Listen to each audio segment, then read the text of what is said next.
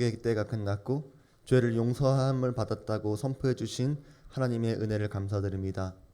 다 헤아릴 수 없는 하나님의 사랑 깊이 묵상하며 하나님께 찬양과 감사를 드립니다. 우리가 이 땅 위에서 살아가는 동안에 하나님의 자녀로 살아가게 하시고 삶을 통해 증거를 하는 우리 성도들 되게 하여 주시며 언제나 하나님 앞에서 겸손과 순종의 성도들로 살아가게 하여 주시옵소서. 먼저 그의 나라와 의를 구하는 것이 하나님의 방법이며 하나님의 우선순위임을 깨닫게 하시고 나를 위해 살기보다 주를 위해 살아가기를 기뻐하는 성도들 되게 하여 주시옵소서. 이를 위하여 소망과 믿음으로 이 예물을 드릴 때 필요한 곳간이 채워지게 하시고 하나님의 일꾼들을 세워나갈 때에 복음과 선교를 위해 이 예물이 쓰여지게 하여 주시옵소서. 예수님의 이름으로 기도드립니다. 아멘. 오늘 말씀은 민수기 9장에서 말씀 보겠습니다. 민수기 9장 15절부터 23절까지 말씀입니다.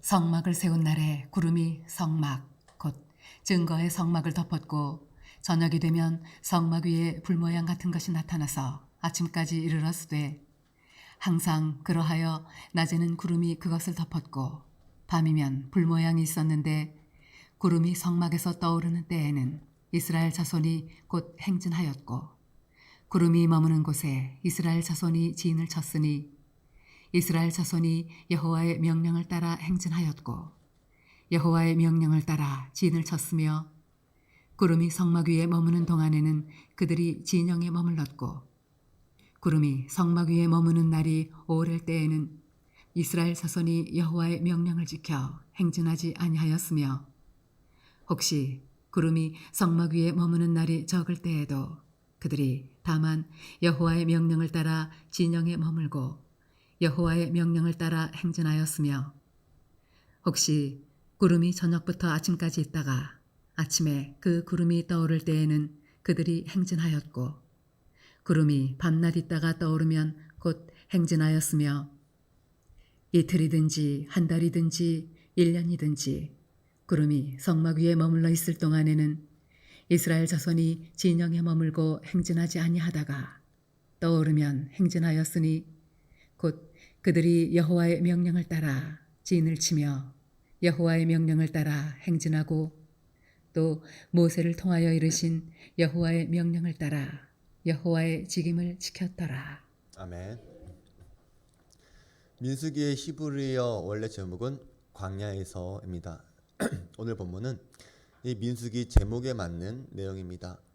광야에서 여인들과 아이들까지 포함하면 약 200만 명 정도나 되는 엄청난 백성들이 어떠한 원칙을 갖고 광야를 살았는지를 잘 보여주는 본문이기 때문입니다.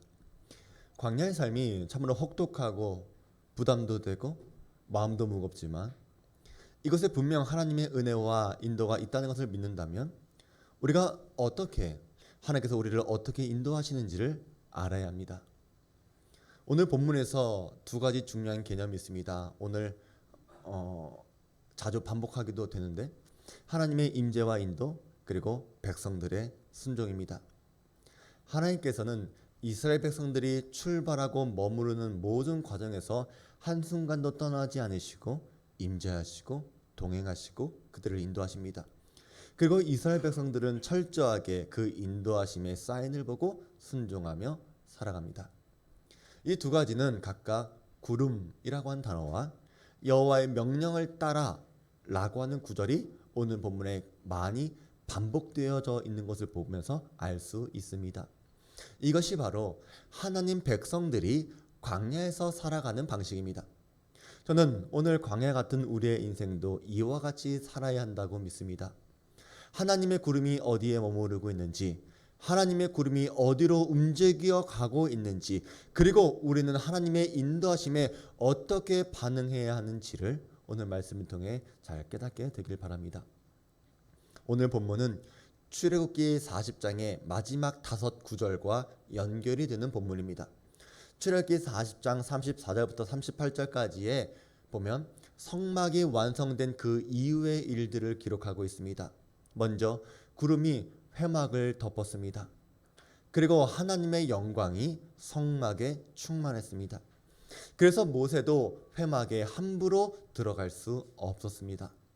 성막 위에 구름이 떠오르게 되면 백성들은 텐트를 거두고 구름의 움직임에 따라 하나님께서 명령하신 순서와 질서대로 체계적으로 행진을 시작했습니다.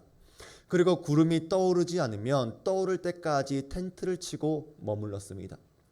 낮에는 구름이었지만 밤에는 구름 가운데 불이 있는 것을 이스라엘 백성들은 눈으로 볼 수 있었습니다. 우리가 사도행전의 오순절 성령 강림을 생각해 보면 성령님께서 임재하실 때에도 불처럼 바람 소리처럼 임하는 것을 기도하는 사람들이 모두 볼 수 있었던 것처럼 하나님의 임재와 움직임을 광야의 백성들도 똑똑히 볼 수 있었다는 것입니다. 오늘 본문에서 하나님의 임재, 하나님의 인도를 설명하기 위해 사용된 단어는 구름입니다. 오늘 본문에만 보면 구름이라고 한 단어가 11번이 등장을 합니다. 이 구름은 하나님의 임재를 상징하는 쉐카이나의 구름입니다.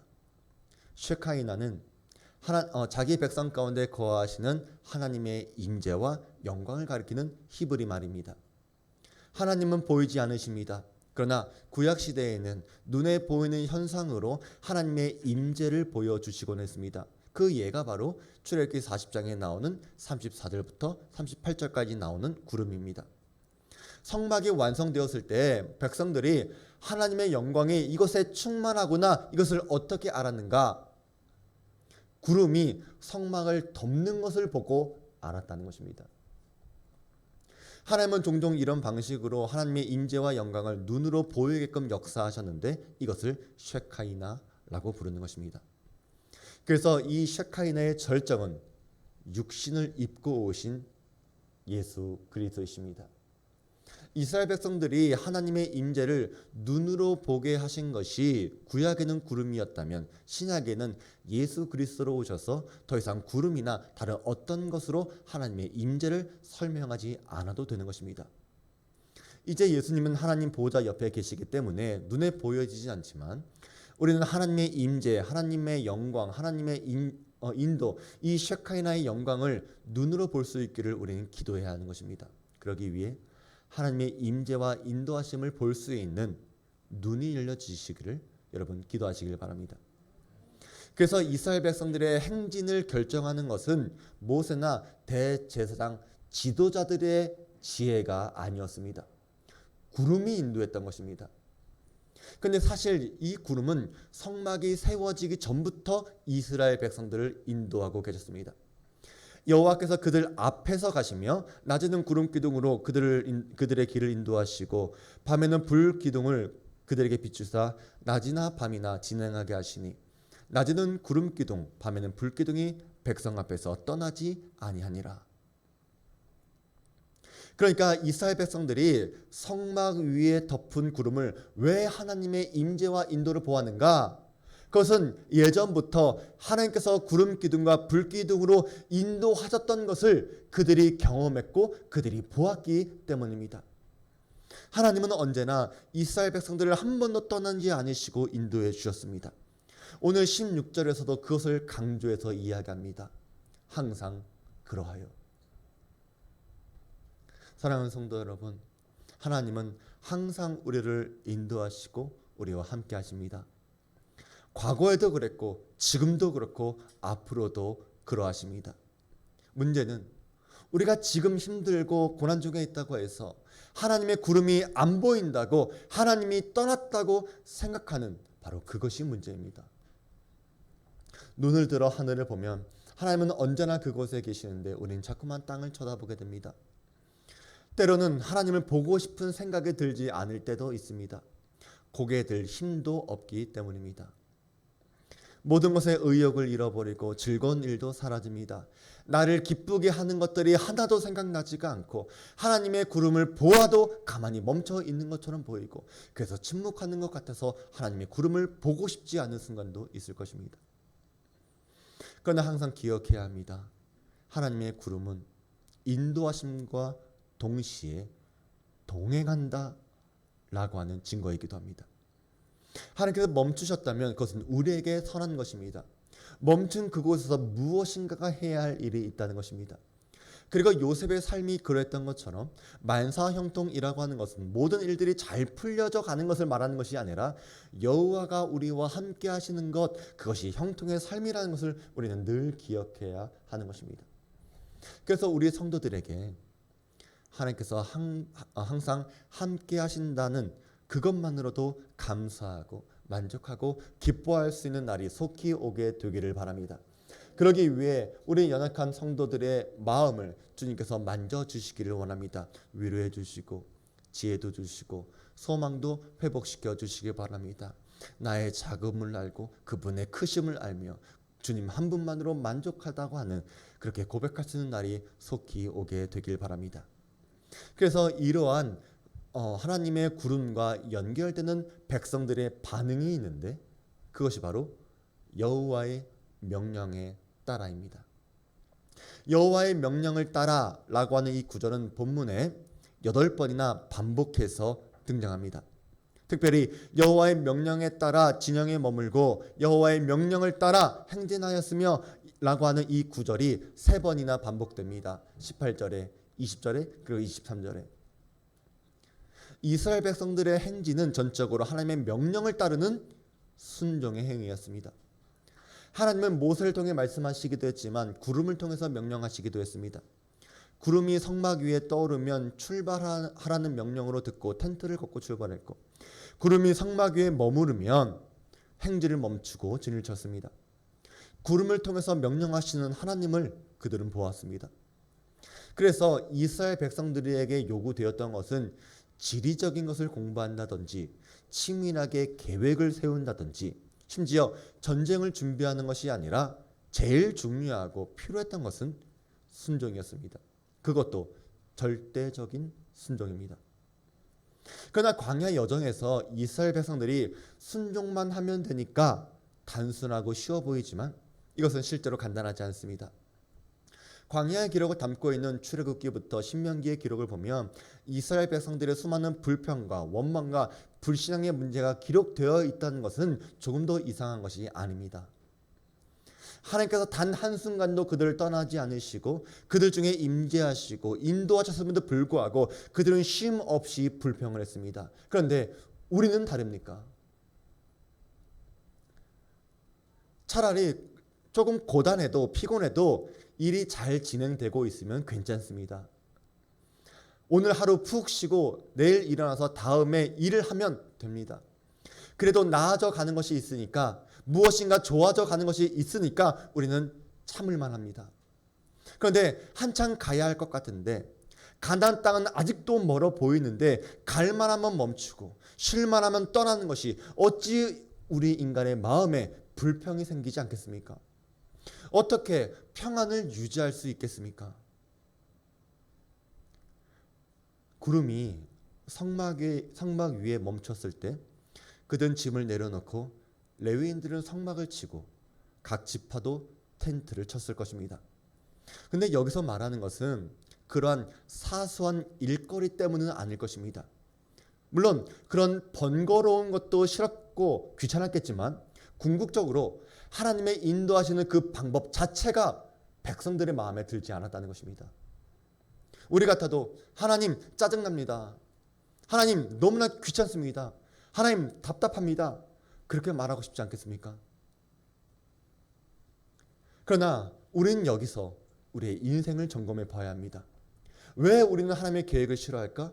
왜 우리는 하나님의 인도하시는 그 방법을 싫어할까? 먼저 이스라엘 백성들이나 우리 모두 일정표를 갖고 있지 않은 채 인생을 살아가기 때문입니다. 사람들은 누구나 잘 짜여진 계획표, 스케줄을 갖고 싶어 합니다. 잘 짜여있지 않더라도 대략적으로 개요 정도만이라도 알고 싶은 것이 우리 인간입니다. 미리 예측하고 예상하고 준비하고 싶은 것은 우리의 본능입니다. 또 이것은 우리 인간의 지혜이기도 합니다. 교회 사역에서도, 또 여러분의 직장이나 기업에서도, 또 가정의 일상을 꾸릴 때에도 우리는 대략적인 이런 계획은 있습니다. 그러나 이스라엘 백성들은 그 계획조차 갖지 못한 것입니다. 이것이 그들에게는 불만족스러운 일이었다는 것입니다. 이 사람들은 오직 가나안 땅에 대한 소망을 갖고 살아야만 하는 존재라고 하는 것을 잊어버린 것입니다. 두 번째로 이스라엘 백성들의 광야의 여정은 규칙적인 패턴이 없었습니다. 우리는 아주 엄격하진 않더라도 어느 정도의 규칙을 원하는 경향이 있습니다. 규칙적인 삶에는 규범이 있고 어느 정도 예측이 가능하기 때문입니다. 불규칙하다고 하는 것은 우리를 두렵게 만듭니다. 어떤 일이 벌어질지 예측할 수 없는 삶이 우리를 불안하게 만드는 것입니다. 오늘 말씀을 보면 어떤 경우에는 구름이 성막 위에 떠오르지 않은 채 오랫동안 머무는 때도 있었습니다. 또 어떤 날은 일찍 구름이 떠오른 날도 있었습니다. 또 어떤 날은 하루 만에 움직인 적도 있었습니다. 그러니까 어떤 때는 한 달 만에, 어떤 때는 하루 만에, 어떤 때는 1년 동안 구름이 성막 위에 떠오르지 않을 때도 있었다는 것입니다. 이런 불규칙한 그것이 이스라엘 백성들에게는 어떻겠습니까? 우리는 9 to 5, 9시까지 출근해서 5시에 퇴근하는 그런 규칙적인 것을 선호할 것입니다. 아침에 일어나서 출발하고 밤에는 멈춰서 진을 치면 얼마나 편했겠습니까? 하지만 하나님은 인간이 예측할 수 없는 이런 규칙적인 방법으로 백성들을 인도하지 않으셨습니다. 그 패턴은 전적으로 하나님께서 주권적으로 아시고 하나님께서 계획하셔서 진행하신 것입니다. 세 번째로 이스라엘 백성들은 지도가 없었습니다. 나침반도 없었고 내비게이션도 없었습니다. 자기들 앞에 무엇이 있는지 전혀 알지 못했습니다. 이런 상태에서 하나님을 온전히 신뢰할 수 없다면 도무지 갈 수 없는 광야의 여정이었습니다. 그러니까 이스라엘 백성들이나 우리 모두가 모두 일정표도 없고 지도도 없고 규칙도 없이 걷는 여정이기 때문에 모든 것이 불안하고 불만족스러운 여정이겠지만 이것이 놀랍게도 하나님께서 이스라엘 백성과 오늘 우리를 인도하고 계시는 방법이고 그렇기 때문에 우리가 오늘 말씀 통해 하나님의 그 뜻을 알아야 하는 것입니다. 그래서 오늘 본문은 우리에게 이러한 질문을 던집니다. 그럼에도 하나님을 따를 것인가? 내가 좋아하는 것을 따를 것인가? 이것을 이렇게도 바꿀 수 있을 것입니다. 오늘 제목처럼 신앙이냐 취향이냐. 우리는 인생길에서 이 두 가지를 선택하며 살아가야 합니다. 하나님을 신뢰하고 그 인도하심에 따라 살 것인가 아니면 끊임없이 내가 원하는 것들, 내가 좋아하는 것들을 추구하고 내가 계획하며 나 편한 것을 따라 살 것인가? 하나님이 인도하시는 삶은 말씀드린 것처럼 우리가 정교하게 짜놓은 일정표대로 살아가는 것이 아닙니다. 익숙해질 만큼 인생이 규칙적인 것도 아닙니다. 인생의 지도도 없습니다. 그래서 우리는 끝까지 하나님을 신뢰하고 그 인도하심을 따라가야 합니다. 그리고 우리는 여기에 필요한 믿음이 있어야 합니다. 여기에 반대되는 삶은 삶의 자리에서 틈만 나는 대로 내가 하고 싶은 것을 하며 살아가는 것입니다. 어차피 내가 이끌고 갈 수 있는 삶도 아닌데 내가 뭐하러 이끌린 채 살아가. 차라리 이 땅에 있는 동안에 내가 하고 싶은 거, 내가 먹고 싶은 거, 내가 즐기고 싶은 거 다 추구하며 살아가면 얼마나 좋겠어. 이런 사람들에게는 목표도 목적도 중요하지 않습니다. 하나님의 임재가 중요한 것도 아니고 그것을 구하지도 않습니다. 오직 나의 관심사뿐입니다. 까르페디엠. 내일이라고 하는 시간이 불확실하니까 너무 믿거나 기대하지 말고 오늘을 붙잡아라. 오늘을 즐기자라고 하는 인생관입니다. 근데 요즘도 욜로족이라고 해가지고 이런 가치관에 기대는 사람들이 늘어나고 있지 않습니까? 그러나 곰곰이 생각해 보시기 바랍니다. 오늘만을 즐기는 삶에게 내일에 대한 소망이 어디 있겠습니까? 미래가 불확실하다고 해서, 미래가 두렵다고 해서 오늘을 즐기는 삶을 살아간다면 미래가 확실해질 것 같습니까? 그럴수록 우리 인생의 덧없음과 허무함만 느낄 뿐입니다. 솔로몬이 헛되고 헛되니 모든 것이 헛되다라고 말했던 것처럼 현재만을 보며 살아가는 인생이라면 우리는 결국 헛된 인생이었구나를 발견하게 될 것입니다. 아무 진척 없는 삶이 길어지게 되면 우리는 지칩니다. 쓴 마음도 생기고 에라 모르겠다. 오늘을 즐겨버리자 라고 하는 생각이 드는 것입니다. 이스라엘 백성들도 그랬습니다. 놀랍게도 당장의 배고픔, 당장의 입맛, 당장의 목마름, 당장의 편안함에 목숨을 건 것처럼 행동을 했습니다. 만나가 맛이 없다고 질려버렸다고 불평했고 고기가 먹고 싶다고 원망을 했습니다. 물이 없어 목말라서 모세를 죽이려고 했습니다. 하나님의 눈에 보이지 않으니까 금송아지를 만들어 숭배를 했습니다. 이 모든 것들은 인간들의 취향입니다. 내가 좋아하는 것들, 감각에 따라 살아가는 삶의 특징인 것입니다. 이들에게는 확신이 없습니다. 그러기에 신앙도 없는 것입니다. 지금 우리의 삶은 어떠합니까? 하나님의 인도하심에 따라 살아가고 있습니까? 아니면 여전히 여러분의 취향대로 살아가고 있습니까? 이스라엘 백성들을 인도했던 모세를 생각해 보시기 바랍니다. 모세는 하나님의 인도하심을 따라가는 지도자였을 뿐입니다. 모세가 일정표를 세운다거나 모세가 전략을 세운다거나 모세가 루트를 결정하는 게 아닙니다. 그러나 모세는 모든 이스라엘 백성들을 대신해서 온전한 순종을 보여주었던 사람이었습니다. 그는 하나님과 백성 사이에 있는 사람입니다. 그럼에도 모세는 확신을 했습니다.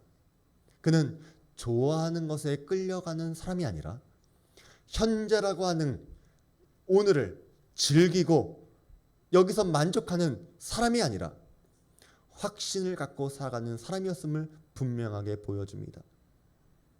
모세는 우리가 왜 이곳에 와 있는지는 알 수 없지만 이것이 하나님께서 인도하신 곳이라고 믿었습니다.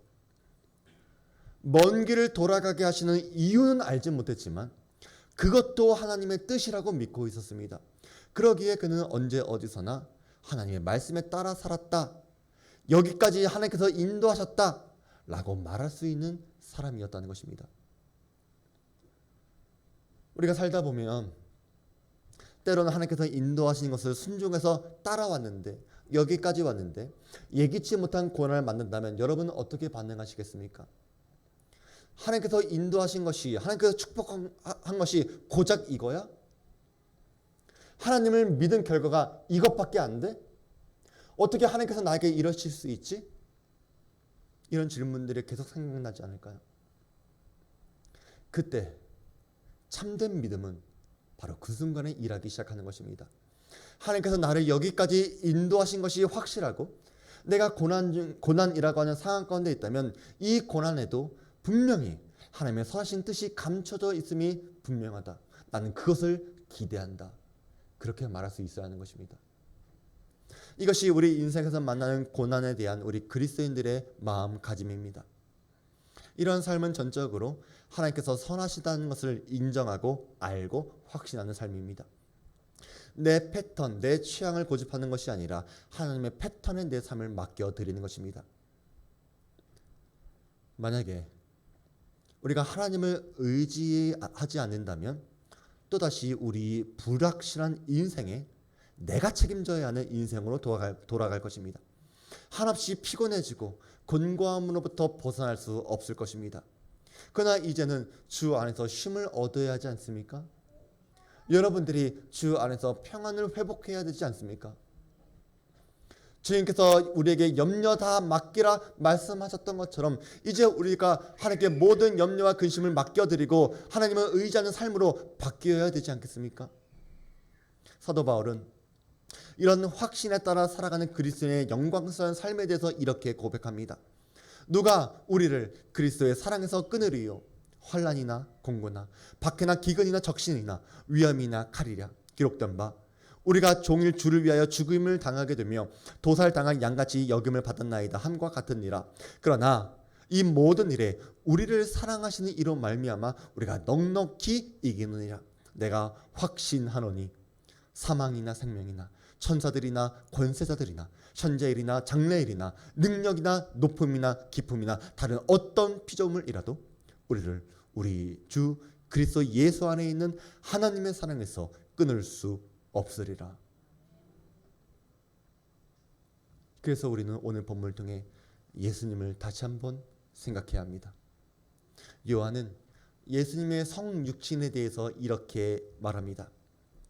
말씀이 육신이 되어 우리 가운데 거하심에 우리가 그의 영광을 보니 아버지의 독생자의 영광이요 은혜와 진리가 충만하더라.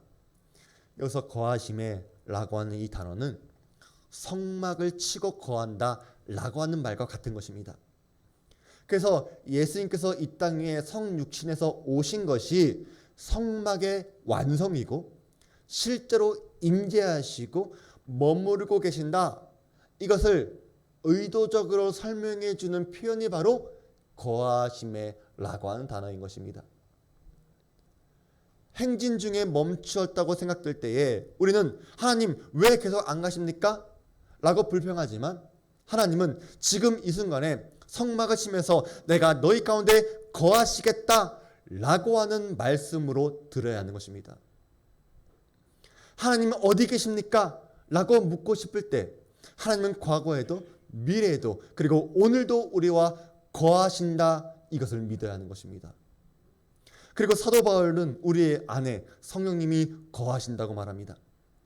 너희 몸은 너희가 하나님께로 받은 바 너희 가운데 계신 성령의 전인 줄 알지 못하느냐. 너희는 너희 자신의 것이 아니라 값으로 산 것이 되었으니 그래서 너희 몸으로 하나님께 영광을 돌리라. 성령님은 더 이상 구름 같은 것으로 인도하는 분이 아니시라 실제로 우리 가운데 임재하시고 생각나게 하시고 깨닫게 하시고 인도하십니다. 우리는 하나님의 말씀을 통해서 구체적으로 살아갈 수가 있는 것입니다. 그리고 예수님도 우리에게 약속해 주셨습니다. 내가 세상 끝날까지 너희와 항상 함께 있으리라. 내가 결코 너희를 버리지 아니하고 너희를 떠나지 아니하리라. 이 하나님은 영원히 우리 하나님이시니 그가 우리를 죽을 때까지 인도하시리로다. 사랑하는 성도 여러분, 이것이 여러분을 향한 하나님의 약속의 음성입니다. 이 음성이 여러분 가운데 들려지게 되기를 주의 이름으로 축원드립니다. 하나님은 우리를 결코 떠나지 않을 것이라고 약속해 주셨습니다. 그러나 여전히 내 시간표대로 끌고 가려고 한다면 그것은 어리석은 시도입니다. 내가 가는 길을 내가 결정하겠다라고 하는 것은 교만입니다. 그래서 우리는 하나님의 인도하심에 적응하는 법을 배워야 합니다. 우리는 현재의 고난과 장래의 소망을 절대로 바꿔서는 안 됩니다. 장래의 은혜와 하나님께서 예배하신 기업의 영광의 풍성함과 세상과 현재의 즐거움을 맞바꿔서는 안 되는 것입니다. 그것이 놀랍게도 불확실한 광야에서 살아가는 우리 성도들의 삶의 자세인 것입니다. 항상 기억하시기 바랍니다. 주님은 여기 계십니다.